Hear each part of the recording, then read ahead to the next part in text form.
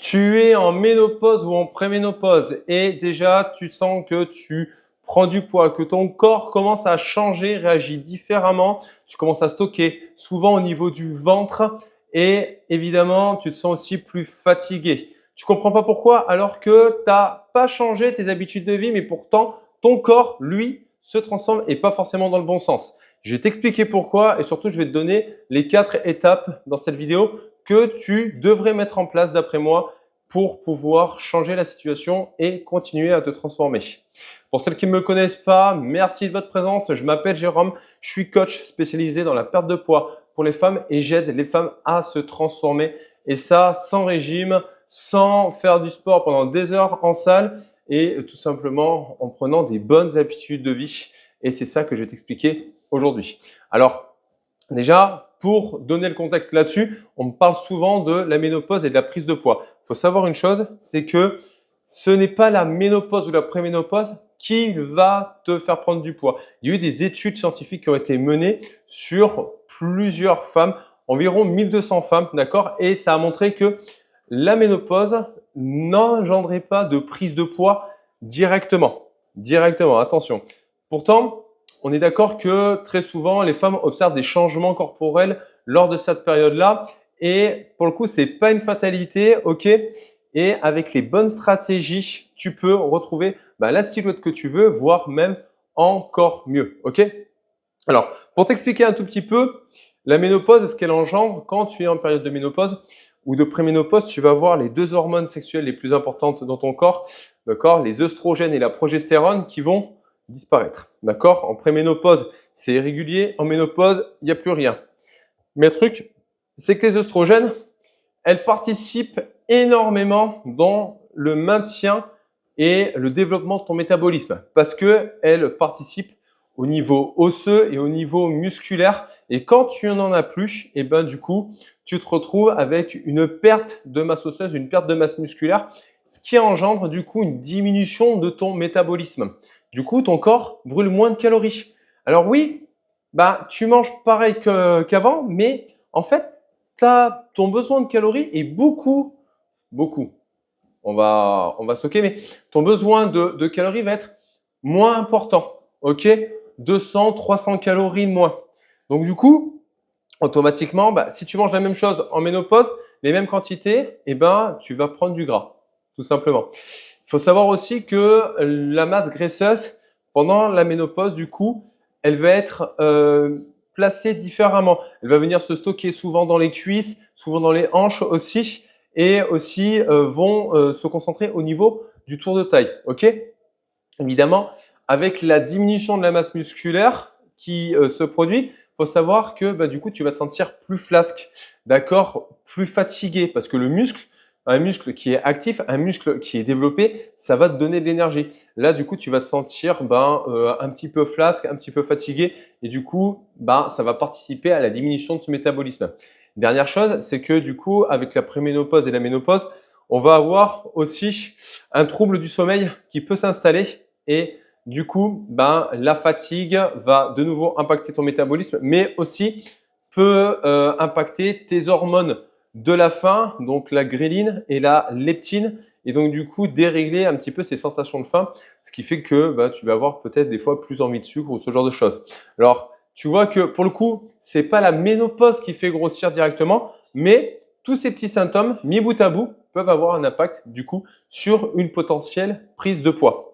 Alors maintenant, on va parler un petit peu des solutions et des 4 étapes que je te conseille de mettre en place pour pouvoir réussir à garder un corps comme tu le souhaites ou alors continuer à te transformer même pendant la ménopause parce que c'est possible. Moi, j'ai des femmes qui sont en ménopause et elles arrivent quand même à perdre du poids et à se transformer.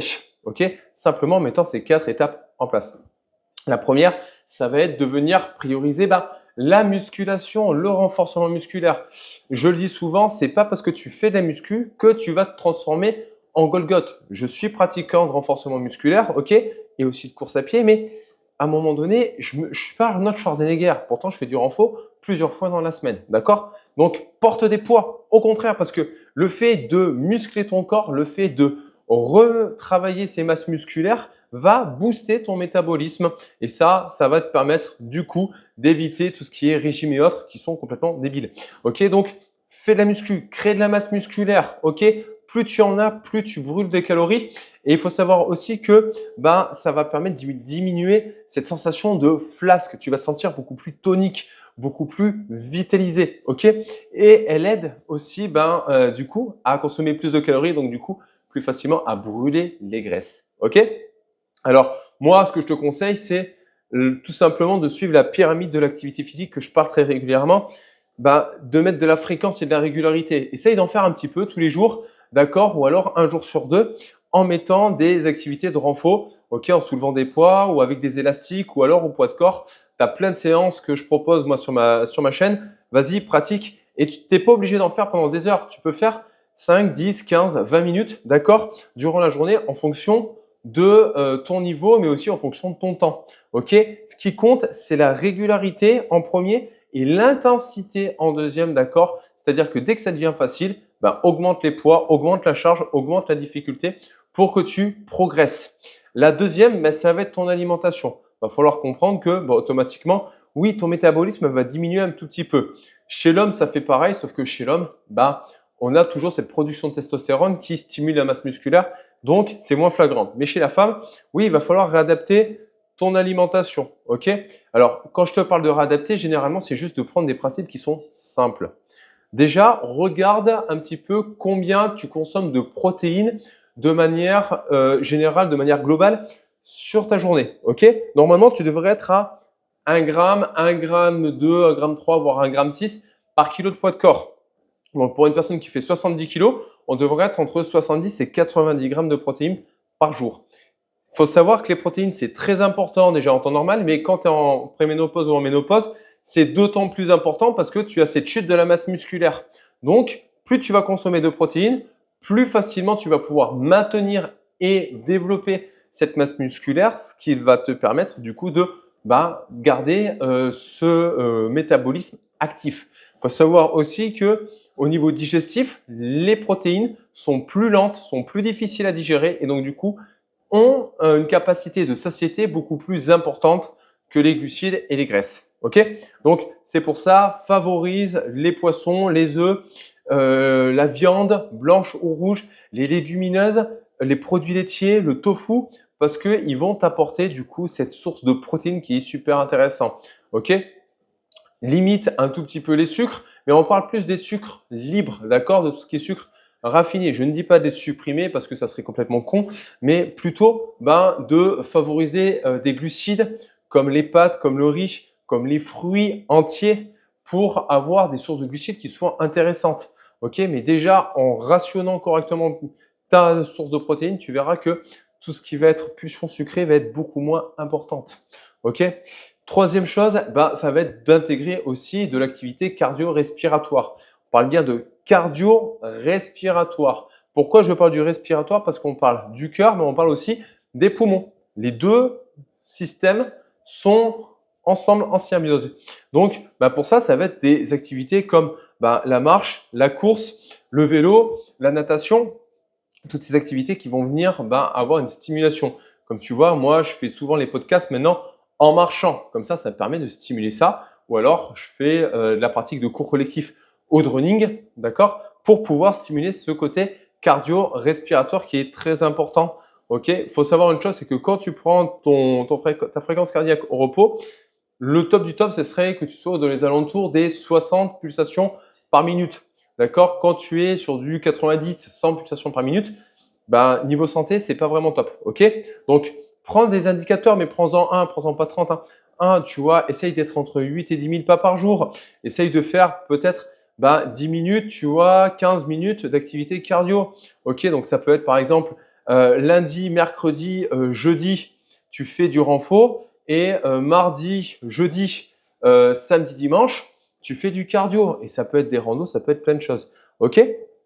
Pareil, tu viens sur ma chaîne, tu en as plein des exercices, tu as plein de séances. Vas-y, fais-le. Quatrième chose, ça va être le sommeil. Oui, à un moment donné, il faut savoir que le sommeil, pour moi, c'est un des piliers les plus importants. Donc, un sommeil qui est déréglé, c'est des hormones de la faim et de stress qui sont déréglées. le cortisol, la gréline, la leptine. Et donc, du coup, ça peut poser problème. Donc, déjà, reprendre une routine de sommeil qui soit efficace et que tu puisses tenir sur le long terme. Donc, cherche à te coucher et à te lever à la même heure. Assure-toi que dans ta chambre, ça soit propre, dans une température voilà, assez fraîche, tu vois, du 17 degrés, c'est bien. Assure-toi qu'elle soit aérée, que tu aies un matelas de qualité, ce genre de choses.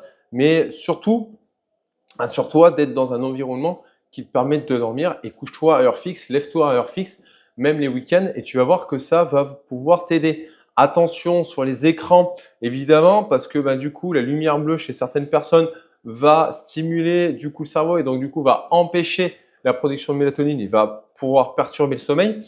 Et moi, ce que je peux te conseiller au niveau du sommeil qui peut être intéressant, c'est la méthode du 3-2-1. Ok, 3 heures avant de te coucher, tu arrêtes de manger. 2 heures avant de te coucher, tu arrêtes de boire. 1 heure avant de te coucher, tu arrêtes les écrans. D'accord? Ça, c'est une méthode qui est très simple, très facile à retenir et qui te permet aussi d'optimiser ton sommeil.